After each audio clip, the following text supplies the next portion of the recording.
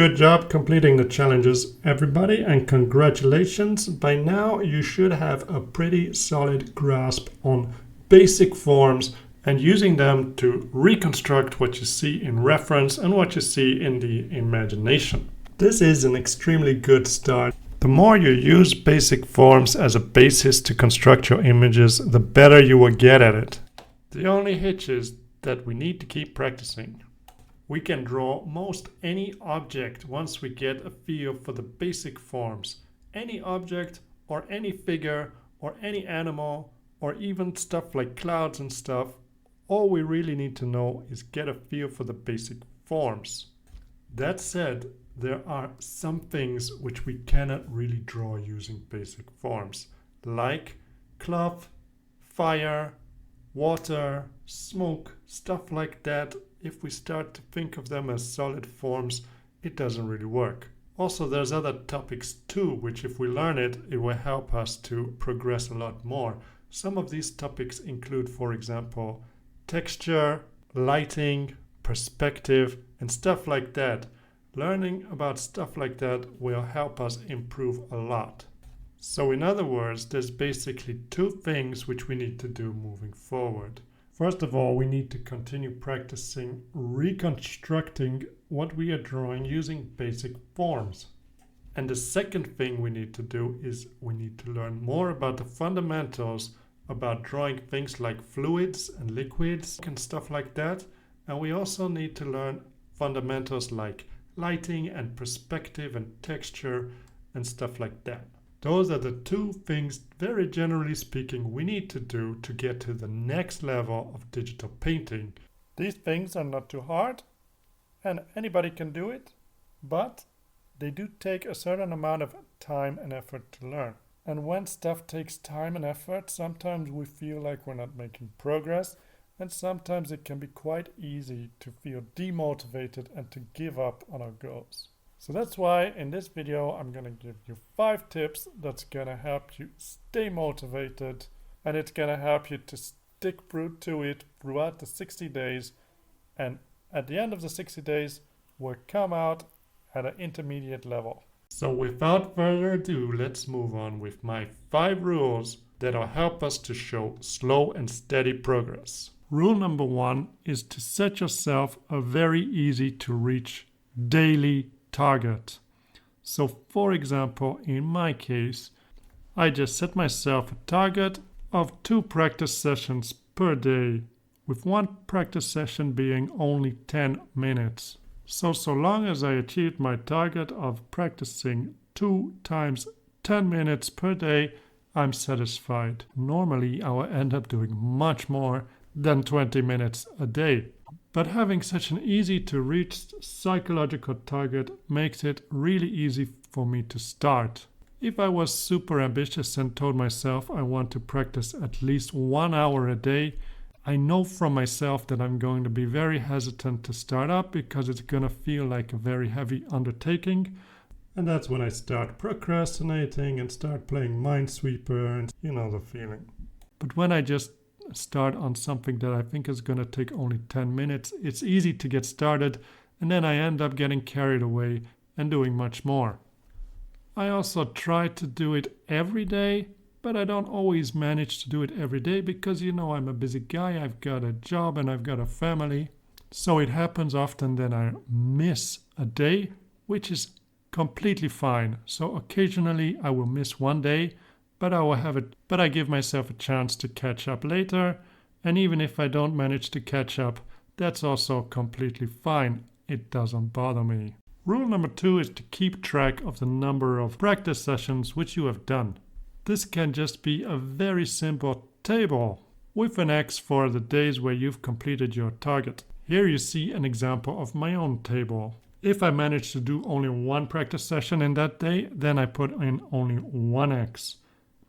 For each practice session that I missed, I draw a little border to remind myself that I missed it. As I mentioned earlier, I give myself the opportunity to catch up on practice sessions that I've missed in the past. I hardly ever look at the clock, so I never know exactly how much I've done, but I'm pretty sure that 99% of these X's is much more than 10 minutes. but even if I'm only on 10 minutes or even if I'm less, I feel completely satisfied. Keeping track of my daily practice sessions is a great help when it comes to staying motivated, because not only does it feel good to check off those boxes every day, it also feels good to look back and see how many of those boxes I've crossed off. Okay, rule number 3. Make a list of the things you want to practice. It doesn't make sense just to practice things at random. So make a list and start working through that list one by one. It might take a lot of practice sessions to get through even one item on your list. Until you're satisfied, it might even take as long as a month or more. And that's why patience is so important. Remember, you're not going to be able to do it all in one day anyway. And if you're being patient and consistent, you're going to get there eventually. If you lose patience and you want it all now, you might get frustrated and just stop entirely, which would be such a pity. Here is an example of a list which you might have. For example, start with hands, which are quite tricky. Try to draw like 10 hands or something from reference in different positions and at different angles. Here is my sheet on how I drew the hands. I did the practice in exactly the same way as I describe in this challenge. Start by drawing the basic forms. Use the transform tool to check if they're alright, and if you're satisfied, you draw rough lines and finish lines. This is an example of my own learning curve when it came to drawing hands. This is actually from a project I did on Skillshare by a certain Patricia Caldera, and it was a very good course and I recommend it. So these 15 hands took me a total of 30 practice sessions. Most things you can learn to draw in this way by identifying the basic forms, rough lines, finished lines, coloring and shading. But some things will need some more advanced knowledge and some more advanced techniques, which brings me to the next rule, rule number 4. Make a list of the advanced techniques you would like to learn. Here is a list of some of the advanced topics which I recommend you to learn, which, when you learn them well, will improve your digital art quite a lot. Remember, there's absolutely no need to hurry with these. Many of them are going to take quite a lot of time to learn, so just put them on your list and be patient and wait until you get to them. When it comes to digital painting, learning about the software tool which you chose is obviously one great place to start. You should definitely learn a lot about different blending layers, about different brush types, about different sketching tools, which can help with all sorts of things like drawing in perspective and stuff like that. You should learn about Alpha Lock, clipping mask, and you should learn about different filters as well. In addition to learning about your software, I also recommend that you learn all sorts of more general skills, like learn about color theory, learn about perspective is very useful, learning about lighting. Think of all the different types of light sources and materials that you might have in your drawing. Also, so far we've only been drawing smooth surfaces, but if you learn about textures, you can find a nice way to draw rough surfaces as well.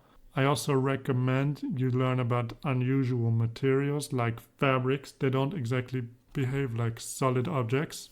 Learn about liquids and fluids. And I recommend you learn also about how fire behaves and how to draw smoke and stuff like that. And also a very important skill is composition, which is where to put different objects in your painting. So as you can see, the good news is that we still have a lot to learn, but obviously it's gonna require a great deal of patience. So just make a list, try to do just a little every day. It's gonna take a long time to get through the list. If you stick with it, take it from me, it's totally worth it. Which brings me to my final rule, which is don't actually try to improve. That's quite a weird rule, no? Because hopefully you want to improve, which is great. I mean, obviously we all want to improve, but improving in art can be quite a subtle psychological trap. We are improving all the time as we practice, and so long as we practice even just a little bit, so long as we practice consistently, we are essentially guaranteed to improve. The problem is that we often don't recognize that we are improving. And that can be extremely frustrating. We often feel like we've put in so much time and energy into this, and we hardly feel that we've improved at all, or maybe we even feel that we've gotten worse. And it's my belief that that is the number one motivation killer. I've felt like that a lot before. And I just put my digital pad away and I didn't touch it again for weeks or even months, which was such a pity and such a waste of time and so avoidable. Even though we're improving a lot, it's really hard to tell that we're improving. So that's why at one point I just decided very simply that I would be proud of myself just for putting in the effort. I stopped evaluating myself and I stopped looking for progress. Or to be more precise, I stopped setting a progress goal for myself. I just set a simple 2 sessions of 10-minute exercises per day target for myself. And now that I get in consistent exercise, when I look back, I actually do see clear progress. And even if I didn't see clear progress, I really wouldn't even let that bother me. And that's what I recommend for you too.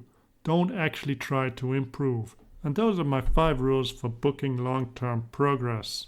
I applied these 5 tips to take my dragon drawing skills to the next level. So in the final video, I will show you how I applied these 5 rules to go from a level like this to a level like this in approximately a 2 months period. So thanks for watching and see you in the next video. Bye bye.